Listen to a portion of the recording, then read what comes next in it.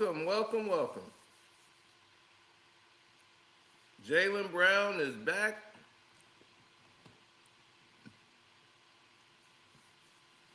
and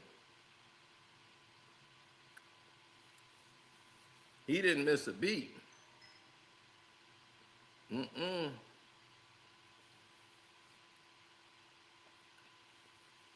Jaylen Brown came up with the let it be known situation, and he let it be known in the best and most possible way. And I'm proud of him for it. So without further ado, you didn't come here to hear from me. You want to hear from Jaylen Brown. So The athletic. My question is, what's this summer been like for you to, just kind of handle mentally, emotionally, in terms of, just dealing with upheaval for the first time in your career, and, what's it like now that you kind of have some finality with your situation and that you can move forward? Thank you. What's your name again? Tony. Oh, first and foremost, thank you for having me, everybody. Thank you to Francis J. Community is very important to me, so I'm excited to be able to do here my first intro to Philadelphia. Thank you to the organization, and I appreciate everybody that's in the room. I'm excited to be here, and I'm looking forward to the journey. To answer your question, it's been a lot of emotions. You know what I mean? It's been a process. To be honest, I'm still processing to some degree. Just, one, the excitement of coming to a new city, new place, new expectations, new energy, then also leaving somewhere that you've been for a very, very long time. Like, I've been in Boston for 10 years. I'm 29 years old, so I was there a third of my life. I met some people, some lifelong friends, some people I'll still be connected to. But, in anything that starting something new, it's an end of something else. So it's just a process, just like everybody else has to deal with certain things. It's no different. But it's just been public, so that's the only difference.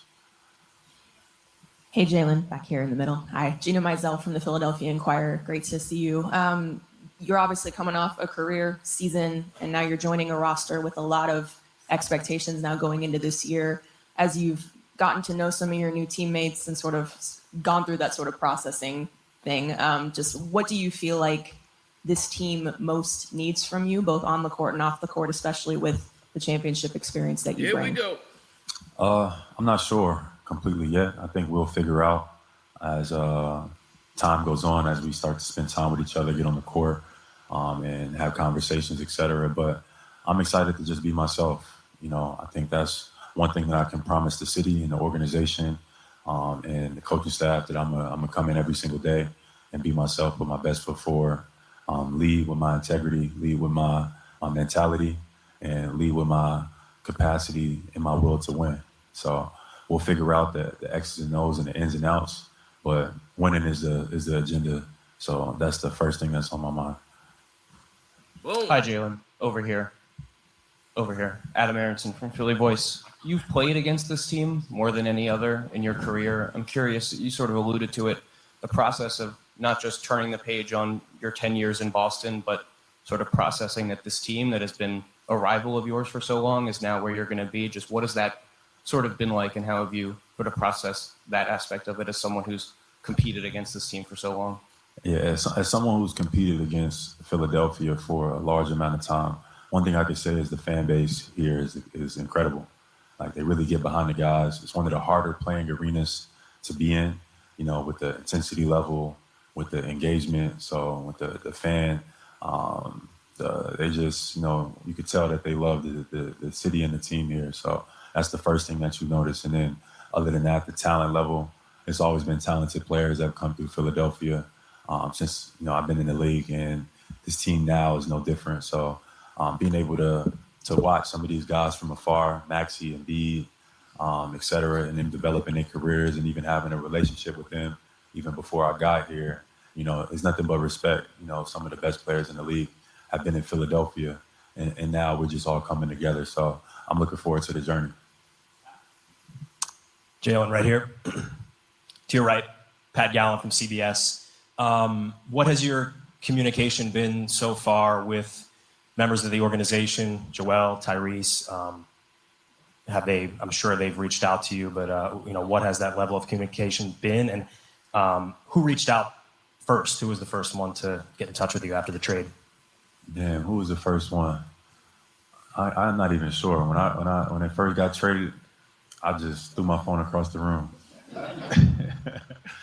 But who was first? It might have been Max. I think Max, he reached out to me first. He reached out and was like, I know it's a lot of stuff going on right now, but, we excited to have you and stuff like that. Maxie and VJ was probably around the same time. But I would say that. What was the other question you asked? Oh, yeah. We talk damn near every day, almost. We got like group chats, multiple now, and we we all trying to figure this thing out. LeBron he's active in the group chat, so we just trying to all get on the same page. I think everybody, knows how, incredible the opportunity that we have, but we also got to put in the work. So, my focus is on that, putting in the work, earning the respect from the city, from the coaching staff, everything. Like, it takes time, so I understand how that process of winning works. That's right. You got to build from the foundation and build up. You can't skip steps. So we're not skipping those steps. We started early. You hear that, Brian? John, in the back here to your left. Adam Himmelsbach with Boston Globe. No skipping you mentioned on steps. your live stream that there was kind of communication from the Celtics during the process, but then something changed and you felt like there was kind of a lack of respect shown. Uh-oh. What bothered you about how this all transpired? The whole process. But to be honest, my mind is so focused on what's in front of me. To be honest, I'm moving on. Maybe one day you share the details of kind of how everything transpired and all the moving parts that took place in this. Obviously, it's a lot of speculation. I feel no need to chime in on it because I'm focused on what's in front of me. And just aside from that aspect of it, how do you look back on your time as a Celtic? I look back at the city of Boston and I'm grateful. I've been able to develop as a man, as a human being there, spend a lot of time in the community, a lot of time at university, studying, learning, figuring out how to approach, how I wanted to go about my philanthropy, figure out I wanted to approach, how to carry myself. A lot of my most important years, my most developmental years as a young man, I spent in Boston. I got there at 19, so I didn't do a 4-year degree because I left early. So I spent time, I got my degree in Boston in a sense. I spent time there. So the relationships are still there. The connection is still there. I'm looking forward to continuing my foundation work and as well as expanding it to Philadelphia. But, I'm very grateful for my experience, my tenure in Boston. 10 years is a perfect cycle, perfect number for, completion. So now we won a championship and I have nothing but respect for the city of Boston. But now it's time to move forward a little bit.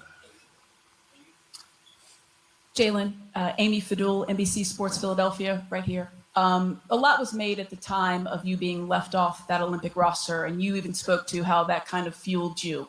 Do you feel a similar sentiment after the trade, especially maybe when you're going to face the Celtics this year? Say that one more time.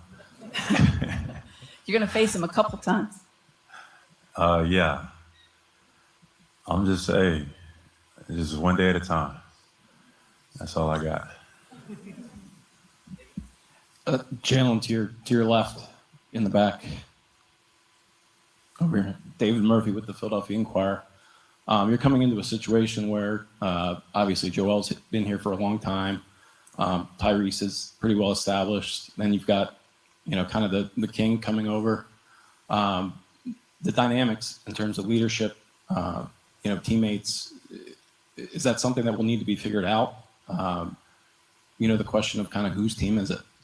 Yeah, to be honest, it doesn't have to be anybody's team. It just needs to be based in respect and work. And that's kind of like my approach. I want to earn everybody respect and trust, which take time. You know what I mean? Obviously, it's a lot of guys with talent, it's egos. But to win, you got to be able to sacrifice. You got to be able to, have trust and communication. So I want to come in transparent. I want to come in with my agenda on the table. Look, this is what I'm here to do. This is what I want to do. I want to win.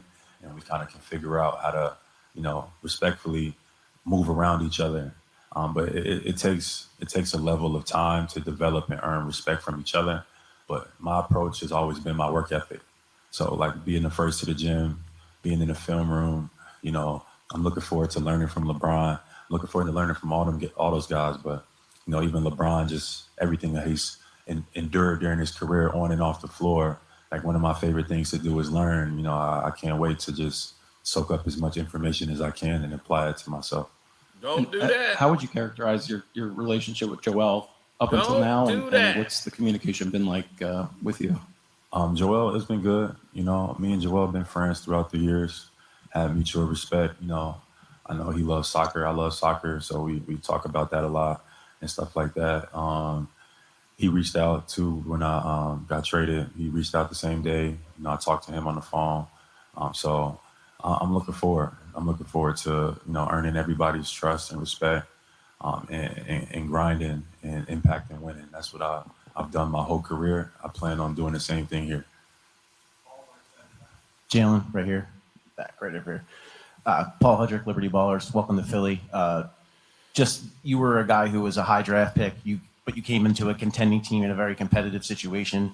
VJ Edgecombe is dealing with kind of the same thing. I guess, what allowed you to kind of have success in that environment, and what can you maybe pass along to him to help him as he kind of navigates that? Yeah, I think VJ's in a similar situation than maybe that I was a couple of years ago when we had like some of those rosters that were really like stacked with like a decent amount of talent. And I looked at it like a learning opportunity. You know what I mean? Some of those moments that I learned from back then with the players that I played with, Kyrie Irving, Gordon Hayward, Kemba Walker, etc. Some of that stuff I benefited from later in my career because I took the time to learn and talk to and watch their workouts and see their mentality and their approach, take things that they do well and add it to my game, and just keep an open mind. So, I'm going to be in VJ's all year to just like learn and grow. He's 21, he just turned 21, so he's got a bright future. This could be a great opportunity for him to learn from a bunch of guys. And then also his talent level, he's going to carve out space for himself just because his talent level alone. So I'm excited for VJ, and I'm a fan. He killed us in that series. There was a lot of the other guys we knew about, but he was a difference maker a lot of times when we played him in those series. So Boom. I'm a fan from afar for sure. Boom. VJ. Media over here. Jaylen, how would you characterize your relationship with Jason over the last year, Jason Tatum, and is that a partnership you both wanted to continue before the trade?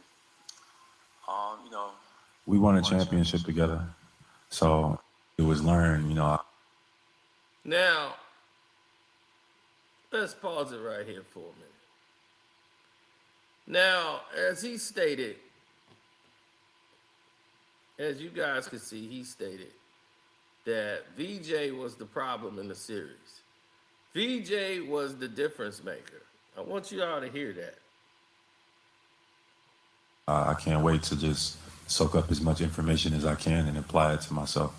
And how would you characterize your relationship with Joel up until now, and what's the communication been like with you? Joel, it's been good. Right here, back right over here. Paul Hudrick, Liberty Ballers. Welcome to Philly. You were a guy who was a high draft pick, but you came into a contending team in a very competitive situation. VJ Edgecombe is dealing with kind of the same thing. I guess, what allowed you to kind of have success in that environment, and what can you maybe pass along to him to help him as he kind of navigates that? Yeah, I think VJ's in a similar situation than maybe that I was a couple of years ago when we had like some of those rosters that were really like stacked with like a decent amount of talent. And I looked at it like a learning opportunity. You know what I mean? Some of those moments that I learned from back then with the players that I played with, Kyrie Irving, Gordon Hayward, Kemba Walker, etc. Some of that stuff I benefited from later in my career because I took the time to learn and talk to and watch their workouts and see their mentality and their approach, take things that they do well and add it to my game, and just keep an open mind. So, I'm gonna be in VJ's all year to just like learn and grow. He's 21, he just turned 21, just, So he's got a bright future. You know, this could be a great opportunity for him to learn from a bunch of guys. And then also his talent level, you know, he's going to carve out space for himself just because his talent level alone. So I'm excited for BJ, and I'm a fan. He killed us in that series. It was a lot of the other guys we knew about, but he was a difference maker. A lot of times we played him in those series. So I'm a fan from afar for sure. Bobby Manning, CLNS Media, over here. Jaylen, how would you characterize your relationship with Jason over the last year, Jason Tatum? And is that a partnership you both wanted to continue before the trade? You know, we won a championship together. So anybody that you win a championship, you would think like that's what, you know, a brotherhood or a lifelong legacy would entail. Obviously, there's ups and downs in any type of relationship for sure. But on my end, it's nothing but respect. You know, besides when he plays the Sixers, you know, I hope he does well. You know, but other than that, you know, everything for me is just based in respect. Have you guys been able to talk? Not really. Hey, Jaylen, Ain't in the nothing to middle, a little talk bit to your about. right. Jaylen, Kai Carlin, Sixers Wire. I just wanted to really follow up on the VJ question. I guess how much of it do you take it upon yourself to maybe be like a mentor to the younger guys, like a VJ or a LeBaron, Adem, Justin, these younger guys? And do you take that upon yourself at all to kind of be like a veteran mentor type of player for them? I mean, yes and no. I mean, I just, you know, come in with the mentality to, you know, come in with the mentality to impact winning and lead by example. You know, I'm not designating myself as nothing. You got to earn that with time and trust, and people gravitate naturally or they don't. But, you know, my focus is on winning. My focus is on, you know, leading by example, and you just go from there. Hi, Jaylen. How are you? How you Welcome to doing? Philly. I'm Breland from Fox 29. I just wanted to ask you, you touched on it a little bit about why we are here, but I wanted to ask you about the setting for this press conference. It's very different from what we're used to as media members. Why was it important for you to be out in the community and really just start your career here in Philadelphia amongst the people? Thank you. That's a great question. For me, like, and people who know my family and I, we are rooted in the community. That's where we hang our hat, is being able to affect other people's lives. I think we're very blessed. I think we've been able to help our own family and be able to, you know, kind of change the course of what our generation or our family name could possibly do. But we look forward to being able to impact others and being able to touch families and households that we may never get to see. So being here at Francis J is, you know, as I'm still getting to learn this community, you know, I just wanted to make it important that this was a important pillar in my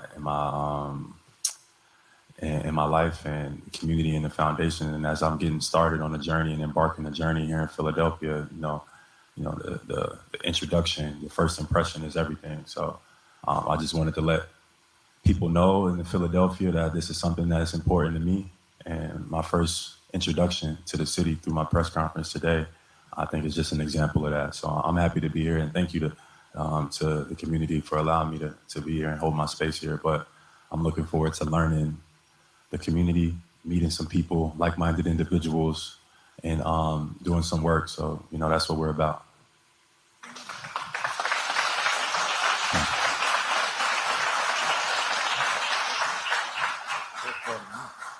After me. Hi. Dan Gelson with the Associated Press. Jaylen, with so many traditional high volume scorers on this team, I mean, you have scoring champions, you were fourth in the league last year. Do you feel you're going to have to change your approach to how you are going to score? Is there enough, you know, the common question is there enough ball to go around for four guys who are used to scoring so much? Is there anything you feel like you'll have to do to adapt to so many teammates who can score?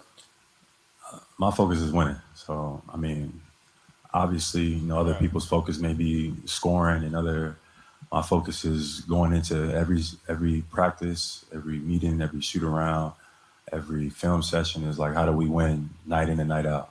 So sometimes that may change. Sometimes it may look different. But whatever it takes, at no point, at this point in my career, nothing else has really moves me. Like I don't care about the outside success. I never did. You know what I mean? I don't care about the MVP awards or finals MVP. None of that stuff really moves me. It's nice. But the only thing that's going to move me is doing something collectively. So a championship. So that's what I'm looking forward to, trying to start that journey and building towards. But, all the other stuff that comes along with it is just a distraction to me. Like whatever it takes on a night-to-night basis, it's like whatever it takes. Hey, Jaylen, straight ahead. Mike Sealski from the Philadelphia Inquirer. This is a franchise that hasn't won a championship since 1983. It can be a pretty pressured market, and you obviously played in a pretty pressured market in Boston. How do you handle that? Do you let it in? Do you shut it out? Are you aware of it? Obviously you're kind of part of the media too in the discussion about yourself and whatever team you might be on. How do you handle that kind of external pressure that comes with playing with a team expected to win a championship? That's a good question. I think at different points in my career, how I've handled pressure will probably look different. At this point now, I probably ignore a lot of it, or just like kind of let it just be water under the bridge. My relationship with the media hasn't always been the best. That's part of the reason why I started streaming and stuff like that. But for me, how I handle pressure, I played in Boston for the last 10 years, and the pressure is high there. It's title town. They expect to win every single year, and they're always looking for someone to blame. So some of those years it was me, and so I've been through that. You know what I mean? So all I come with is my work ethic, my mentality, impact on winning, and that's just my approach. Like I come with nothing else matter. Like just how do we win games? Jaylen, Tony Jones from The Athletic again. Just if you can put yourself in a bird's eye view, because I know you're a player and you're close to this.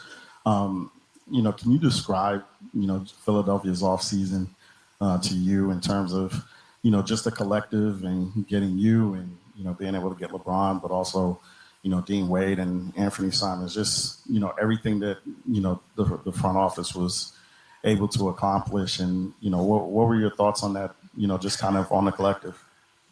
I think they did a great job. I think they did a great job.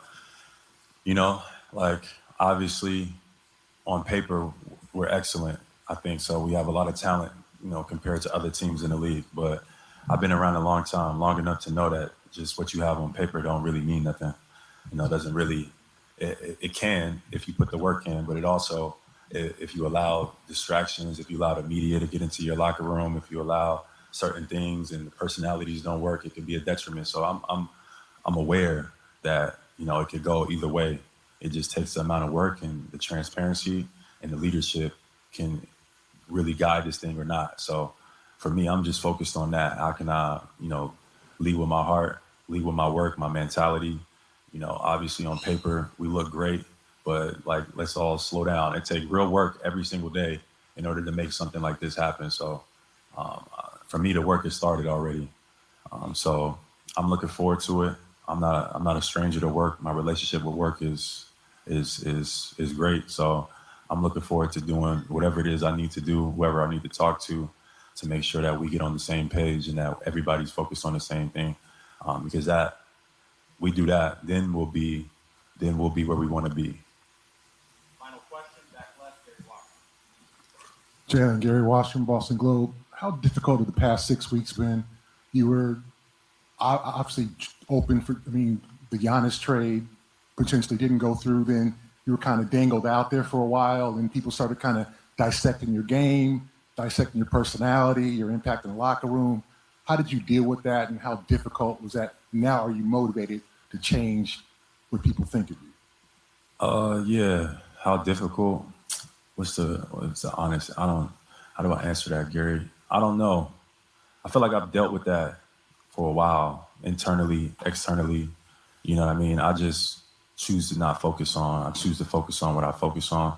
Obviously, it got to a threshold this offseason that was a little bit higher than it's been in the past, right? Where I think people attacked my character. Someone even went as far as said I had a disease, So it's been a crazy transition, to be honest. But none of it is completely surprising. Even though like some of these things were said externally, internally, and through organization and stuff like that, there's been conversations that, so to be honest, how surprised was I? I wasn't that surprised. It's just been a crazy process and transition. And then obviously getting traded to the Sixers, like somebody that you competed against for the last 10 years, someone that you've just been a rival, and that was a process too. So it's been a lot of stuff. And then having to move your family and move places and shit. It has been a lot, but, people deal with it every day. People have to change, relocate, players, I'm not complaining up here. I mean, I appreciate you asking the question, but it is what it is. So, like, let's get to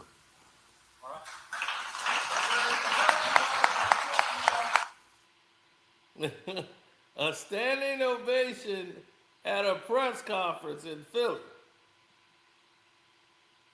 Let that sink in. When you look at Jaylen Brown, one thing that he made very clear, he already knows what it takes to win a championship. He doesn't really need LeBron to teach him that. The leadership, the control, the command is him.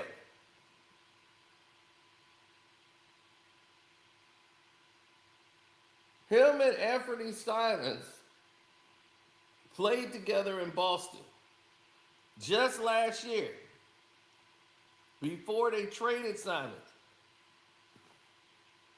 So the fact that these two are back together in Philly looks very strange, because Anthony Simons and Jaylen Brown got along actually well when they were in Boston. So that's something that people need to realize too. These two got together very well when they were in Boston.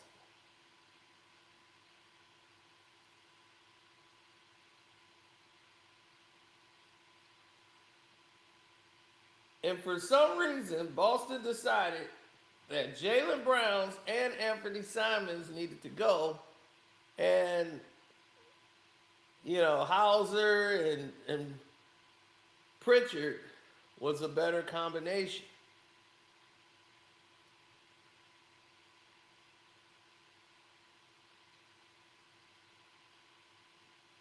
Now, Pritchard could play. No one's going to take that away from Peyton Pritchard. The team is definitely going to thrive with him as a guard. He proved that he's legit.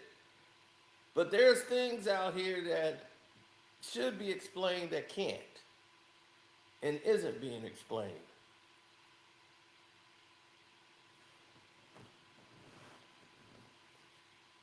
LeBron James, they still have to move someone off their roster.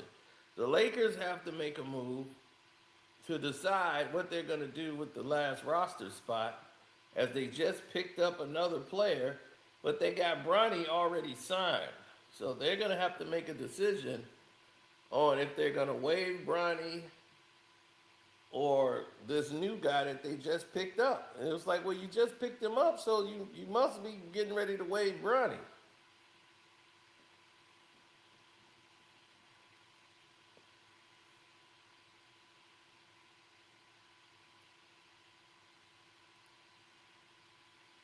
Look, Bronny James got all of the slack he got because of his daddy. Let's cut the crap. He got all the slack because of his father. His father put that target on his back and he couldn't get it off. They got nobody to blame but Bron. He has made a mockery of the entire sport, and he knows it. He's going to Philly, it's already set up, and he's like, I'm gonna get another ring. Yep, they don't even count my fourth ring, but I don't care. I'm gonna win another one anyway.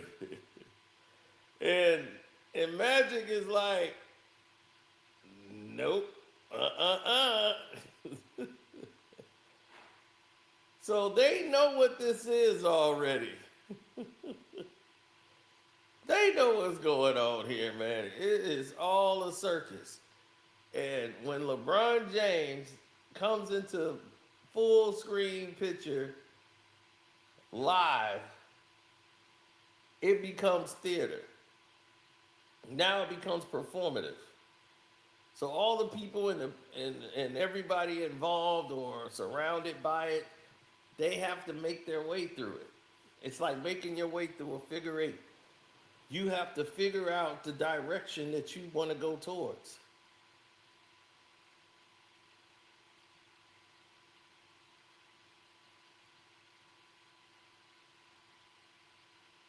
Now, of course, Adam Silver Slipper, you know, putting the trophy in the hands of Jalen Brunson, and Embiid had to witness this. No, not him.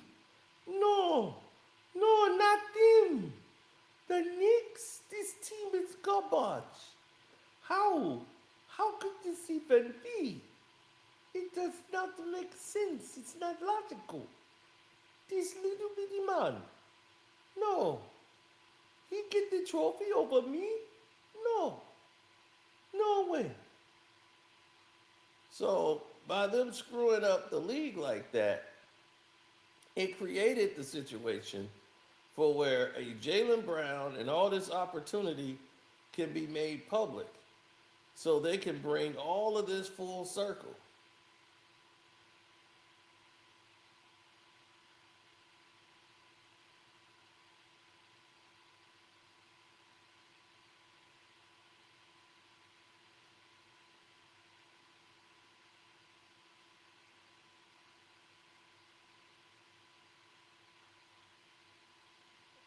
Well, yeah, because now it's all over. You know, it's Giannis in Miami, the Detroit Pistons, Philly, you know, Boston. That's the talk of the East. You know, there's no real need to mention any other team.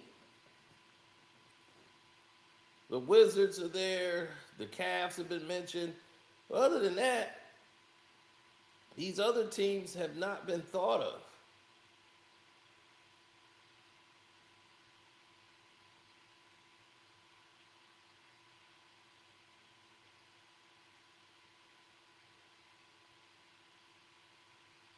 I'm just interested to see how it's going to play out. Because at the end of the day, they're going to have what they call the come to Jesus moment, where they all have to figure it out. But they're going to have to figure out what's going to go on here.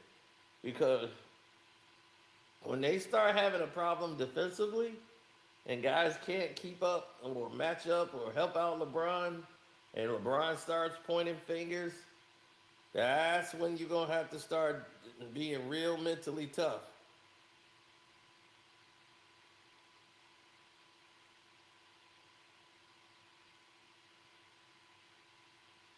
So we all know about how paper looked.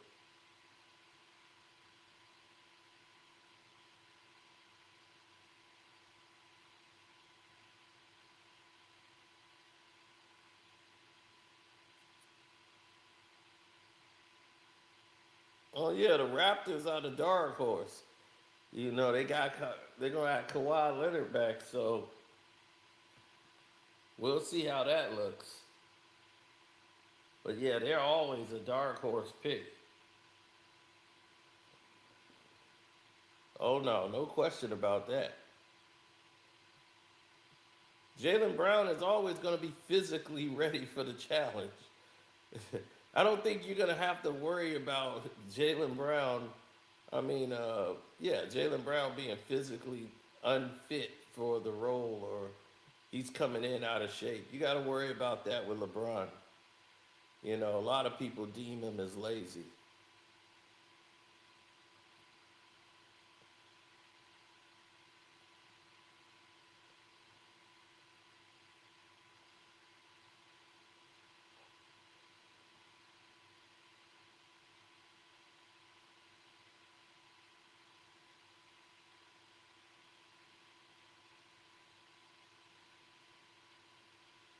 Well, it's a lot of different instances are going to take place.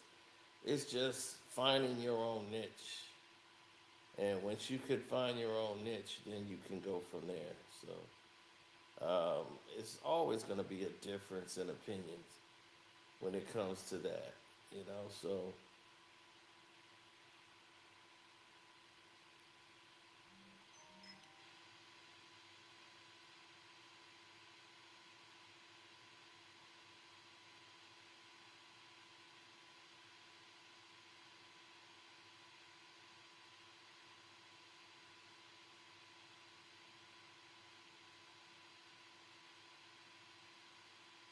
no, no. Who in the right mind would want that to be the case?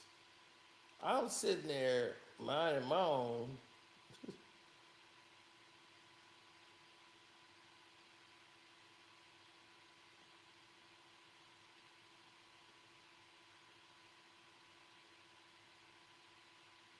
Well, because at the end of the day, you always going to want what's best for you, right?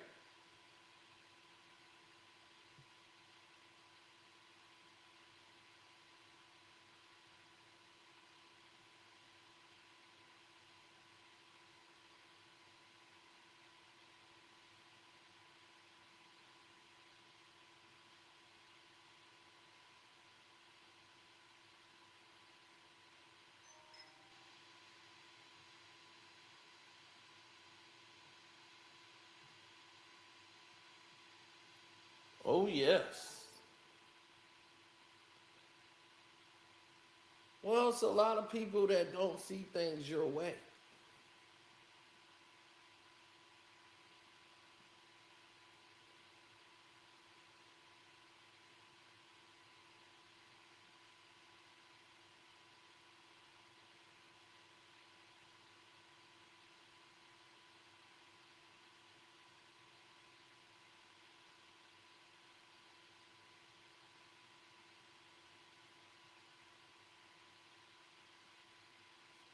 Yeah, I know. We talked about football yesterday, and it blew everybody's mind that we talked about college football, so they didn't know how to process that. But yeah, we gonna be ready when it all hits the fan. Because at the end of the day, we know one thing: the Knicks ain't going nowhere. Playing, buddy. Playing.